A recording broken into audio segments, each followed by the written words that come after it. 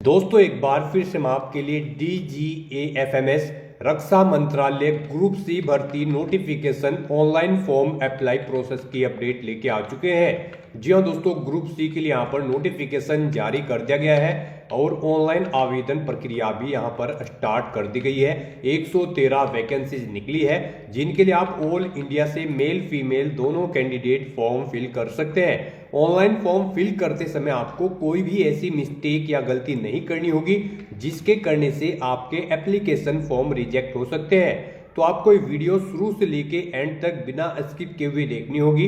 इस वीडियो को कंप्लीटली देखने पर ही आपके सभी सवाल और डाउट क्लियर होंगे। सबसे पहले आपको हमारी वेबसाइट IND सरकारी नौकरी पर विजिट करना होगा, जिसका लिंक आपको नीचे description plus first comment box में मिल जाएगा। और हमारे इस पेज पर विजिट करके आप यहां से DGAFMS ग्रुप सी भर्ती ऑनलाइन फॉर्म 2025 की कंप्लीट डिटेल चेकआउट कर सकते हो। यहां पर directorate general of arm force medical service रक्षा मंत्रालय की ओर से ग्रुप सी के लिए 113 वैकेंसीज निकली हुई है। इसमें MTS के लिए 29 पद है, ट्रेड्समैन मेट के लिए 31, स्टोर कीपर के लिए 24, फायरमैन के लिए 5, यहाँ पर LDC के लिए भी 11 पद है, यहाँ पर कुक के लिए 4 पद है। इसी तरह सभी वैकेंसीज यहाँ पर निकली हुई है अलग अलग पोस्ट के लिए। 7 जनवरी से आवेदन चल रहे हैं, 6 फरवरी 2025 तक आप ऑनलाइन आवेदन कर सकते हो। 10वीं 12वीं पास ITI डिग्री डिप्लोमा धारक अप्लाई कर सकते हैं। 18 से 25, 27, 30 वर्ष आयु सीमा है। पोस्ट वाइज एलिजिबिलिटी आप नोटिफिकेशन से ही मैच आउट कर सकते हो, देन उसके बाद अप्लाई ऑनलाइन कर सकते हो। फीस आपको इस भर्ती के लिए जमा नहीं करनी होगी। ऑनलाइन आप ऑल ओवर इंडिया से अप्लाई कर सकते हो। इस पोर्टल के द्वारा आपको फॉर्म फिल करना होगा। ऑफिशियल नोटिफिकेशन PDF लिंक पर क्लिक करते ही आपके सामने इसकी PDF ओपन हो जाएगी। ग्रुप सी सिविलियन पोस्ट के ये नोटिफिकेशन है। यहाँ पर रक्षा मंत्रालय के अंतर्गत यहाँ पर न्यू नोटिफिकेशन जारी किया गया और ऑनलाइन आवेदन प्रक्रिया भी चल रही है। पोस्ट वाइज यहाँ पर आपको अलग अलग पोस्ट के लिए सैलरी, कैटेगरी वाइज वैकेंसीज और यहाँ पर कंप्लीट डिटेल दे दी गई है।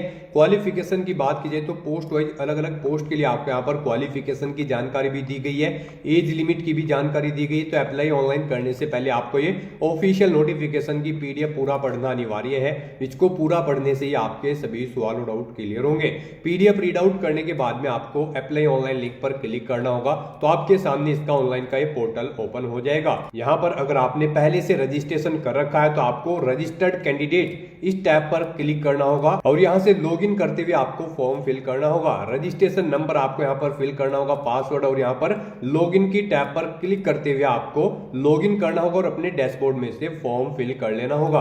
अगर आपने पहले से रजिस्ट्रेशन नहीं किया हुआ है तो आपको न्यू यूजर की इस टैब पर क्लिक करना होगा। इस टैब पर आप जैसे ही क्लिक करोगे तो आपके सामने यहाँ पर ऑनलाइन का पोर्टल ओपन हो जाएगा। सबसे पहले आप इंपोर्टेंट इंस्ट्रक्शन यहाँ से रीड आउट कर सकते हो, देन उसके बाद डेट दी गई है, एलिजिबिलिटी डिटेल, साथ ही साथ एप्लीकेशन फॉर्म फिल करने की जानकारी, फोटोग्राफ, सिग्नेचर, डॉक्यूमेंट्स आप कैसे और कितने KB में अपलोड कर सकते हो, कंप्लीट जानकारी दे दी गई है। इस पेज को आपको नीचे स्क्रॉल डाउन करना होगा, इंग्लिश हिंदी दोनों जानकारी को रीड आउट कर लेना होगा और इस चेक बॉक्स को आपको ओके करना होगा। यहाँ पर कंटिन्यू टैब पर आपको क्लिक करना होगा। कंटिन्यू टैब पर क्लिक करते आपके सामने रजिस्ट्रेशन का एक ऑनलाइन पोर्टल ओपन हो जाएगा। यहाँ पर आपको अपना कंप्लीट नाम एंटर करना है, जो आपकी 10वीं की मार्कशीट में है वही नाम आपको यहाँ पर एक बार फिर से एंटर करके उसे कंफर्म कर लेना है। उसके बाद यहाँ पर हिंदी में आपका नाम शो हो जाएगा जो आपकी 10वीं की मार्कशीट में होगा आपके इस नेम के अकॉर्डिंग। नेक्स्ट यहाँ पर आपसे पूछा गया है कि क्या आपने कभी अपना नाम चेंज किया है 10वीं के बाद। अगर किया है तो इस चेकबॉक्स को ओके करें, फिर यहाँ पर ओके सिलेक्ट करें और फिर यहाँ पर चेंज नेम आप एंटर कर दें। और अगर नहीं किया है तो आपको इस चेकबॉक्स को ओके नहीं करना है और उसके बाद यहाँ पर आपको अपने फादर का नाम एंटर कर देना है। वही नाम आपको एक बार फिर से एंटर करके उसे कंफर्म कर लेना है। हिंदी में आपके फादर का नाम आपको शो हो जाएगा ऑटोमेटिकली। फिर यहाँ पर आपको अपनी मदर का नेम एंटर करना है। उसके बाद आपको अपनी मदर का नेम भी वेरीफाई कर लेना है एक बार फिर से एंटर करके।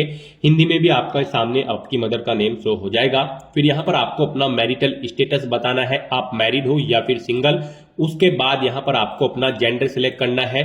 अपना जेंडर आपको एक बार फिर से सिलेक्ट करके उसे कंफर्म कर लेना है। फिर आपको अपना 10 डिजिट का active and valid mobile number enter करना है। अपनी ईमेल आईडी आपको एंटर करनी है और फिर आपको सेंड OTP ऑप्शन पर क्लिक कर देना है। उसके बाद आपके रजिस्टर्ड मोबाइल नंबर और ईमेल आईडी पर OTP आएंगे, वो OTP आपको वेरीफाई कर लेने हैं। उसके बाद आपको अपना पासवर्ड यहाँ पर क्रिएट करना है। पासवर्ड यहाँ पर आपका अल्फा न्यूमेरिक फॉर्मेट में होना चाहिए। मींस आपके पासवर्ड में कम से कम एक अपर केस कैरेक्टर, एक लोअर केस कैरेक्टर, एक इंटीजर नंबर और एक स्पेशल कैरेक्टर जैसे कि @ या फिर डॉलर होना चाहिए। वही पासवर्ड आपको यहाँ पर कंफर्म पासवर्ड फील्ड में एंटर करके उसे कंफर्म कर लेना है। उसके बाद आपको ये कैप्चा कोड यहाँ पर एंटर करना है। फिर आपको इन चेक बॉक्सेस को ओके करना है और सबमिट बटन पर क्लिक कर देना है। सबमिट बटन पर क्लिक करने के बाद आपके सामने कुछ इस तरह से इंटरफेस ओपन होगा। यहाँ पर आपको एक रेफरेंस नंबर प्रोवाइड कर दिया गया है। ये रेफरेंस नंबर आपकी रजिस्टर्ड ईमेल आईडी और मोबाइल नंबर पर भी सबमिट कर दिया गया होगा। आपको इसे केयरफुली नोट डाउन करके रख लेना है फ्यूचर यूज के लिए। और यहाँ पर अब आपको please click here to login इस ऑप्शन पर क्लिक करना है। उसके बाद आपके सामने लॉगिन का पोर्टल ओपन होगा। यहाँ पर आपको अपना ये रेफरेंस नंबर एंटर करना है, अपना पासवर्ड आपको एंटर करना है जो आपने क्रिएट किया था और लॉगिन की स्टेप पर क्लिक करके लॉगिन कर लेना है। लॉगिन करने के बाद आपके सामने यहाँ पर इंपोर्टेंट इंस्ट्रक्शंस एक बार फिर से ओपन हो चुके हैं। आपको इन्हें रीड आउट कर लेना है। पेज को नीचे स्क्रॉल डाउन करना है और कंटिन्यू ऑप्शन पर आपको क्लिक कर देना है। उसके बाद आपके सामने यहाँ पर आपका एप्लीकेशन फॉर्म ओपन हो जाएगा। यहाँ पर आपको कुछ चीजें ऑटोमेटिकली फिल मिल गई है जो आपने रजिस्ट्रेशन टाइम पे फिल की थी। अब आपको इस पेज को नीचे स्क्रॉल डाउन करना है और यहाँ पर आपको अपनी नेशनैलिटी सिलेक्ट कर लेनी है। फिर यहाँ पर आपको अपना कोई आईडी कार्ड सिलेक्ट कर लेना है जैसे कि वोटर आईडी कार्ड या फिर पैन कार्ड या फिर पासपोर्ट। आप यहाँ पर कोई भी अपना वैलिड आईडी कार्ड सिलेक्ट करें, उसका नंबर आप एंटर करें। फिर यहाँ पर आपसे पूछा गया है आपकी बॉडी पर कहीं कोई कट या तिल का निशान है, अगर है तो उस पैलेस का नाम आप एंटर कर दे, नहीं है तो नो मार्क आप यहाँ पर एंटर कर दे। फिर यहाँ पर आपको अपनी कैटेगरी सिलेक्ट कर लेनी है, आप किस कैटेगरी से बिलोंग करते हैं। फिर आपसे पूछा गया है कि क्या आप एक सर्विसमैन हैं, अगर है तो यस ऑप्शन सेलेक्ट करें और फिर आप उसकी डिटेल दें और अगर नहीं है तो आपको नो ऑप्शन सेलेक्ट कर लेना है। उसके बाद यहाँ पर आपसे पूछा गया है कि क्या आप विभागीय कैंडिडेट हैं, केंद्र सरकार के कर्मचारी हैं जिन्होंने कम से कम 3 साल की सेवा पूरी कर ली है। अगर है तो आप यहाँ पर यस ऑप्शन सेलेक्ट करें और फिर उसकी डिटेल दें और अगर नहीं है तो आपको नो ऑप्शन सेलेक्ट कर लेना है। उसके बाद यहाँ पर आपसे पूछा गया है क्या आप निम्नलिखित श्रेणियों में से किसी में 40% या उससे अधिक की बेंचमार्क दिव्यांगता वाले व्यक्ति हैं या कैंडिडेट हैं, यानी कि आप PWBD कैंडिडेट हैं। अगर है तो यस ऑप्शन सेलेक्ट करें और फिर उसकी डिटेल दें और नहीं है तो आपको नो ऑप्शन सेलेक्ट कर लेना है। उसके बाद आपसे पूछा गया है कि क्या आप यहाँ पर दिव्यांग रक्षा सेवा कर्मी हैं, अगर है तो यस सेलेक्ट करें और उसकी डिटेल दें, नहीं है तो आप नो ऑप्शन सेलेक्ट कर लें। उसके बाद आपसे पूछा गया है आपकी डेट ऑफ बर्थ, यहाँ पर आपको इस कैलेंडर में से अपनी डेट ऑफ बर्थ सेलेक्ट कर लेनी है। उसके बाद आपको सेव एंड कंटिन्यू ऑप्शन पर क्लिक कर देना है। अब यहाँ पर आपको कॉन्टैक्ट डिटेल में अपना परमानेंट एड्रेस एंटर कर देना है। उसके बाद आपको अपना कोरोस्पोंडेंस एड्रेस एंटर करना है और अगर आपका कोरोस्पोंडेंस एड्रेस आपके परमानेंट एड्रेस के अकॉर्डिंग सेम होगा तो आपको इस चेकबॉक्स को ओके कर देना है। Is the corresponding address the same as the permanent address. जैसे ही आप इस चेकबॉक्स को क्लिक करेंगे ऑटोमेटिकली आपका कोरोस्पोंडिंग एड्रेस आपके परमानेंट एड्रेस के अकॉर्डिंग फिल हो जाएगा। उसके बाद आपको इस पेज को नीचे स्क्रॉल डाउन करके सेव एंड कंटिन्यू ऑप्शन पर क्लिक कर देना है। नेक्स्ट यहाँ पर आपको एग्जाम सेंटर सेलेक्ट करने हैं और अपनी पोस्ट के प्रेफरेंसेज आपको यहाँ पर सेलेक्ट करने हैं। यहाँ पर आपको 3 चॉइसेस दी गई है एग्जामिनेशन सेंटर के लिए। आप यहाँ पर जिस एग्जामिनेशन सेंटर में फर्स्ट नंबर पर अपेयर होना चाहते हैं यहाँ पर उसी आप फर्स्ट प्रेफरेंस दें। यहाँ पर आप 3 एग्जाम सेंटर सेलेक्ट करें अपनी चॉइस के अकॉर्डिंग। उसके बाद यहाँ पर आपको पोस्ट की प्रेफरेंसेज में आना है और अपनी पोस्ट प्रेफरेंसेज यहाँ पर आपको सेट कर देनी है। आप यहाँ पर जिस पोस्ट के लिए फर्स्ट में अप्लाई करना चाहते हैं, यानी कि जिस भी पोस्ट को आप वरीयता देना चाहते हैं उसे फर्स्ट नंबर पर आप सिलेक्ट करें। जैसे कि मैं यहाँ पर सबसे पहले मल्टीटास्किंग स्टाफ की पोस्ट को प्रेफरेंस देना चाहता हूं तो यहाँ पर मैंने इस पर क्लिक किया। यहाँ पर ये सेकंड कॉलम में ऐड हो जाएगी। उसके बाद यहाँ पर आप जिसे सेकंड प्रेफरेंस देना चाहते हैं उस पोस्ट पर सिलेक्ट करें। इस तरह से आपको 1 बाय 1 करके पोस्ट को इधर दूसरे कॉलम्स में अपनी चॉइस के अकॉर्डिंग ऐड कर देना है। सभी पोस्ट को ऐड करने के बाद आपके सामने यहाँ पर ऑप्शन होंगे, आप यहाँ भी इन्हें रिमूव कर सकते हैं। आप जिस पोस्ट के लिए अप्लाई नहीं करना चाहते हैं उसे आप रिमूव कर सकते हैं या फिर इधर सेलेक्ट न करें। और फिर यहाँ पर अगर आप किसी पोस्ट को किसी पोस्ट के ऊपर या नीचे करना चाहते हैं तो आप मूव अप और मूव डाउन करके इन पोस्ट को ऊपर या नीचे अपनी प्रेफरेंसेस के हिसाब से सेटअप कर सकते हो। इस तरह से अपनी एग्जाम सेंटर का प्रेफरेंस सेट करने के बाद और पोस्ट प्रेफरेंसेस सेट करने के बाद आपको इस पेज को नीचे स्क्रॉल डाउन करना है और सेव एंड कंटिन्यू ऑप्शन पर क्लिक कर देना है। नेक्स्ट यहाँ पर आपको अपनी एजुकेशनल क्वालिफिकेशन की डिटेल प्रोवाइड करानी है। गाइज आप ऑफिशियल नोटिफिकेशन में से चेकआउट कर ले। आप जिस भी पोस्ट के लिए अप्लाई करने जा रहे हैं उसके सामने यहाँ पर आपको आपकी क्वालिफिकेशन, एक्सपीरियंस और डिजायरेबल क्वालिफिकेशन की डिटेल प्रोवाइड कराई गई है। जैसे कि यहाँ पर अगर आप अकाउंटेंट की पोस्ट के लिए अप्लाई करेंगे तो आपके पास डिग्री होनी चाहिए कॉमर्स में, या फिर 12th पास आउट होना चाहिए किसी वेल रिकॉग्नाइज्ड यूनिवर्सिटी या फिर बोर्ड से, प्लस यहाँ पर आपको 2 साल का एक्सपीरियंस होना चाहिए किसी कैश या फिर account and budget work in government office में। और अगर आप स्टेनोग्राफर की पोस्ट के लिए अप्लाई करते हैं तो आपका 12वीं क्लास पास आउट होना जरूरी है और ये स्किल्स आपके अंतर्गत होनी जरूरी है। तो यहाँ पर आपको पर्टिकुलर पोस्ट के सामने उसकी इसेंशियल क्वालिफिकेशन और डिजायरेबल क्वालिफिकेशन की डिटेल दी गई है, आप चेकआउट कर सकते हो। यहाँ पर अगर आप कुक की पोस्ट के लिए अप्लाई कर रहे हैं तो आपका 10वीं क्लास पास आउट होना जरूरी है और प्रोफिशिएंसी होनी चाहिए रिलेवेंट ट्रेड के अंतर्गत। मल्टीटास्किंग स्टाफ की पोस्ट के लिए आपका केवल 10वीं क्लास पास आउट होना जरूरी है। ट्रेड्समैन मेट की पोस्ट के लिए भी आपका 10वीं क्लास पास आउट होना जरूरी है किसी वेल रिकॉग्नाइज्ड बोर्ड से।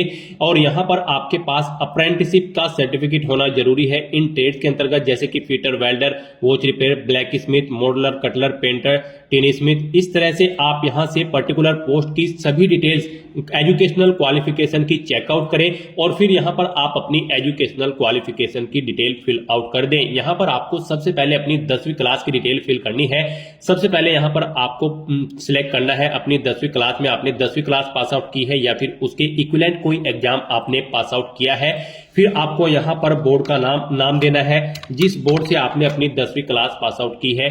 सब्जेक्ट आपके पास कौन कौन से थे, साइंस स्ट्रीम, आर्ट स्ट्रीम या फिर कॉमर्स, आप यहाँ पर एंटर करें। उसके बाद यहाँ पर कब आपने पास आउट किया है वो डेट आप यहाँ पर सिलेक्ट करें। उसके बाद यहाँ पर आपने कितने मार्क्स ऑब्टेन किए हैं वो आप एंटर करें।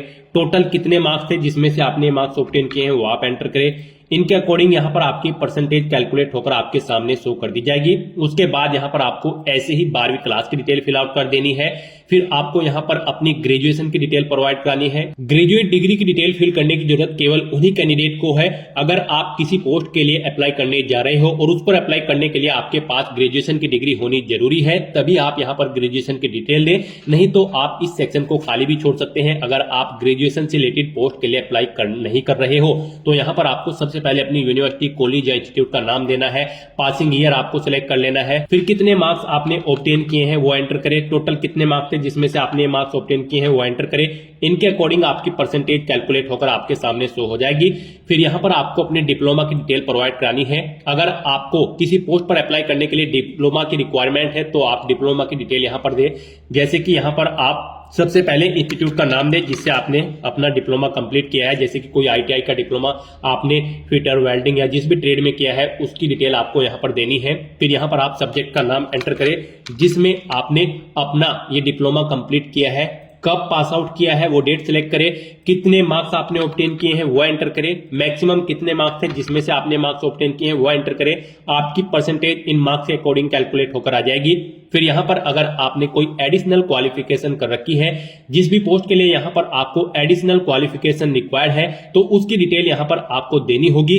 फायरमैन की पोस्ट के लिए आपसे पूछा गया क्या आपने राज्य अग्निशमन सेवा या किसी मान्यता प्राप्त संस्थान से अग्निशमन का प्रशिक्षण लिया है, तो यहाँ पर आपको यस ऑप्शन सिलेक्ट करना है। उसके बाद आपसे यहाँ पर पूछा गया है क्या आपने निम्नलिखित में से किसी एक ट्रेड में अप्रेंटिसशिप या योग्यता पूरी की है। Tradesman, mate, fitter, welder, watch repair, blacksmith, modeller, cutler, painter, इनमें से यहाँ पर ये ट्रेड्समैन मेट की पोस्ट के लिए रिक्वायर्ड है तो यहाँ पर आपको यस ऑप्शन सेलेक्ट करना है। इस तरह से आपको अपनी क्वालिफिकेशन की डिटेल अपनी पोस्ट की रिक्वायरमेंट के हिसाब से फिलअप कर देनी है और फिर आपको सेव एंड नेक्स्ट ऑप्शन पर क्लिक कर देना है। नेक्स्ट यहाँ पर आपको अपने वर्क एक्सपीरियंस की डिटेल प्रोवाइड करानी है। यहाँ पर जिस पोस्ट के लिए एक्सपीरियंस रिक्वायर्ड है तो आपको अपने एक्सपीरियंस की डिटेल प्रोवाइड करानी है। यहाँ पर आपसे पूछा गया है क्या आपको कार्य अनुभव है, एक्सपीरियंस है। अगर है तो आप यस ऑप्शन सिलेक्ट करें, नहीं है तो आप नो ऑप्शन सिलेक्ट करें और फिर सेव एंड कंटिन्यू ऑप्शन पर क्लिक कर दें। और अगर आपको एक्सपीरियंस है तो आप यहाँ पर यस ऑप्शन सिलेक्ट करें, फिर अपने एक्सपीरियंस की डिटेल आप यहाँ पर दें। यहाँ पर आप सबसे पहले ऑर्गेनाइजेशन का नाम बताएं जिसमें आप कार्यरत थे या फिर कार्य कर रहे हो। नौकरी की भूमिका, जॉब रोल आप अपना एंटर करें। डेट ऑफ ज्वाइनिंग, कब आपने ज्वाइन किया था वो डेट आप यहाँ पर सिलेक्ट करें। और अगर आप यहाँ पर आपका वर्तमान में भी जॉब कर रहे हैं तो यस करें, नहीं कर रहे हैं तो आपको नो ऑप्शन सिलेक्ट करना है। और फिर जिस डेट को आपने जॉब छोड़ी है वो डेट आपको इस कैलेंडर में से सिलेक्ट कर लेनी है। फिर आपके एक्सपीरियंस का समय इन डेट्स के अकॉर्डिंग कैलकुलेट होकर आपके सामने शो हो जाएगा। फिर आप यहाँ पर अपना पे लेवल एंटर करें। उसके बाद अगर आपको एक से ज्यादा जगह वर्किंग एक्सपीरियंस है तो आप ऐड की स्टेप पर क्लिक करें। एक और रो यहाँ पर ऐसी ही ऐड हो जाएगी और आप अपने एक्सपीरियंस की डिटेल उसमें प्रोवाइड करा दें। आपके एक्सपीरियंस का टोटल टाइमिंग इन डेट्स के अकॉर्डिंग कैलकुलेट करके यहाँ पर आपको ईयर, मंथ और डेज में प्रोवाइड करा दिया जाएगा। इस तरह से आपको अपने एक्सपीरियंस की डिटेल प्रोवाइड करानी है और फिर आपको सेव एंड कंटिन्यू ऑप्शन पर क्लिक कर देना है। नेक्स्ट यहाँ पर आपको अपना फोटो अपलोड करना है। गाइस यहाँ पर आपका फोटो 20 KB से 1 MB के बीच में होना चाहिए, JPEG या फिर JPG फॉर्मेट में। फोटो खिंचवाते समय आपको अपने सर पर कोई कैप या टोपी नहीं लगानी है, चश्मा नहीं लगाना है और चेहरा आपका साफ दिखाई देना चाहिए। धुंधली फोटो यहाँ पर आपकी रिजेक्ट कर दी जाएगी। फोटो का साइज आपका 3.5 सेंटीमीटर विड्थ और 4.5 सेंटीमीटर हाइट होनी चाहिए। यहाँ पर कैंडिडेट आपको इस सेक्शन में केयरफुली अपने डॉक्यूमेंट अपलोड करने हैं, फोटो, सिग्नेचर और डॉक्यूमेंट। अगर आप इस सेक्शन में गलती करेंगे, दी गई गाइडलाइंस के अकॉर्डिंग अगर आप अपने ये डॉक्यूमेंट, फोटो, सिग्नेचर और डॉक्यूमेंट अपलोड नहीं करेंगे तो यहाँ पर आपके आवेदन निरस्त भी किए जा सकते हैं। तो यहाँ पर अब आपको अपना फोटो अपलोड करना है। आपको चूज फाइल बटन पर क्लिक करना है, अपना फोटो आपको सेलेक्ट कर लेना है और अपलोड के इस बटन पर क्लिक करके अपना फोटो अपलोड कर देना है। उसके बाद आपको इस पेज को नीचे स्क्रॉल डाउन करके सेव एंड कंटिन्यू ऑप्शन पर क्लिक करना है। नेक्स्ट यहाँ पर आपको अपने सिग्नेचर अपलोड करने हैं। यहाँ पर आपके सिग्नेचर 10 KB से 1 MB के बीच में होने चाहिए, JPEG या फिर JPG फॉर्मेट में। यहाँ पर आपके सिग्नेचर पूरे होने चाहिए। आपको यहाँ पर भी चूज फाइल बटन पर क्लिक करना है, अपने सिग्नेचर को सिलेक्ट कर लेना है और अपलोड बटन पर क्लिक करके उन्हें भी आपको अपलोड कर देना है। अपने सिग्नेचर अपलोड करने के बाद आपको पेज को नीचे स्क्रॉल डाउन करना है, सेव एंड कंटिन्यू ऑप्शन पर क्लिक करना है। उसके बाद आपको अपने डॉक्यूमेंट यहां पर अपलोड करने होंगे। उसके बाद यहां पर आपके सामने कुछ इस तरह से इंटरफेस ओपन होगा। गाइस यहां पर आपको अपना आईडी कार्ड, 10वीं क्लास का सर्टिफिकेट, 12वीं क्लास का सर्टिफिकेट, ग्रेजुएशन का सर्टिफिकेट, डिप्लोमा सर्टिफिकेट, आपकी पोस्ट की रिक्वायरमेंट के हिसाब से यहां पर आपको अपने सर्टिफिकेट अपलोड करने होंगे। एडिशनल डिग्री कोर्स सर्टिफिकेट है तो आप वो भी अपलोड करें, कास्ट सर्टिफिकेट अपलोड करें, वर्क एक्सपीरियंस अगर आपको है तो उसका सर्टिफिकेट भी आप अपलोड करें। यहां पर ये डॉक्यूमेंट की लिस्ट आपकी पोस्ट जो आपने सिलेक्ट की है उसकी रिक्वायरमेंट के हिसाब से यहां पर आपके सर्टिफिकेट आपसे अपलोड करने के लिए मांगे जाएंगे। आपको यहां पर इन्हें अपलोड करना है। इसके लिए भी आपको गाइडलाइन दी गई है। यहां पर आप अपलोड करने से पहले अपने दस्तावेजों की जांच और सत्यापन कर ले। आपकी जो डॉक्यूमेंट की फाइल होगी उनके नाम में कोई स्पेशल कैरेक्टर नहीं होने चाहिए। यहां पर आपकी PDF फाइल का साइज 20 KB से 1024 KB यानी कि 1 MB के बीच में होना चाहिए और आपकी ये फाइल केवल PDF फॉर्मेट में होनी चाहिए। तो यहां पर भी आपको अपलोड बटन पर क्लिक करना है, चूज फाइल बटन पर क्लिक करना है, फाइल को सिलेक्ट कर लेना है PDF फॉर्मेट में और फिर आपको चेकबॉक्स को ओके करना है और अपलोड बटन पर क्लिक करके अपने इन सभी डॉक्यूमेंट्स को आपको 1 बाय 1 करके अपलोड कर देना है। इस तरह से अपने सभी डॉक्यूमेंट अपलोड करने के बाद अब आपको सेव एंड कंटिन्यू ऑप्शन पर क्लिक कर देना है। नेक्स्ट आपके सामने कुछ इस तरह से इंटरफेस खुलेगा। आपके एप्लीकेशन फॉर्म का पूरा प्रीव्यू यहाँ पर आपको शो कर दिया गया है। आपको सभी डिटेल्स 1 बाय 1 करके चेकआउट कर लेनी है। पेज को नीचे स्क्रॉल डाउन करना है। कहीं पर कोई मिस्टेक है तो आप पर्टिकुलर सेक्शन के एडिट के लिंक पर क्लिक करके एडिट कर सकते हैं, नहीं तो आपको इस पेज को नीचे स्क्रॉल डाउन करना है और अपलोडेड डॉक्यूमेंट सेक्शन में आकर अपने डॉक्यूमेंट्स को आपको वेरीफाई कर लेना है। आपको वेरीफाई डॉक्यूमेंट ऑप्शन पर क्लिक करना है, इस चेकबॉक्स को ओके करना है, सेव के बटन पर क्लिक कर देना है और अपने सभी डॉक्यूमेंट्स को आपको 1 बाय 1 करके वेरीफाई कर लेना है। उसके बाद आपको इस पेज को नीचे स्क्रॉल डाउन करना है, डिक्लेरेशन सेक्शन में आना है, इस चेकबॉक्स को ओके करना है और फिर आपको सबमिट एप्लीकेशन इस ऑप्शन पर क्लिक कर देना है। सबमिट एप्लीकेशन बटन पर क्लिक करने के बाद आपके सामने ये पॉपअप शो होगा। अब यहां पर आपको दोबारा से इस चेकबॉक्स को ओके करना है और सबमिट बटन पर क्लिक कर देना है। उसके बाद आपके सामने कुछ इस तरह से इंटरफेस होगा। यहाँ पर आपका एप्लीकेशन फॉर्म सक्सेसफुली सबमिट हो चुका है। आपके सामने कुछ इस तरह से मैसेज हो जाएगा। यहाँ पर आपको कुछ समय के लिए वेट करना होगा, प्रोसेसिंग चल रही है। आपको इस टैब को ना तो रिफ्रेश करना है और न ही क्लोज करना है, आपका एप्लीकेशन फॉर्म सबमिट हो जाएगा। उसके बाद आप अपने डैशबोर्ड में जाकर चेकआउट कर सकते हो। आपका एप्लीकेशन फॉर्म का जो स्टेटस है वो सबमिटेड आपको शो कर दिया जाएगा। आप एप्लीकेशन फॉर्म के लिंक पर क्लिक करके अपने एप्लीकेशन नोटिफिकेशन फॉर्म का एक हार्ड कॉपी प्रिंट आउट ले सकते हैं फ्यूचर यूज के लिए, फ्यूचर रेफरेंस के लिए। तो दोस्तों ऐसे आप directorate general of arm forces medical services DGAFMS रक्षा मंत्रालय की इस भर्ती के लिए अपने फॉर्म अप्लाई कर सकते हो बिना कोई मिस्टेक किए हुए। आज की इस वीडियो में बस इतना ही। आई होप ये वीडियो आपको पसंद आई होगी। अगर पसंद आई हो तो इसे लाइक और शेयर करें, चैनल पर नए हो तो इसे सब्सक्राइब कर लें। Thanks for watching.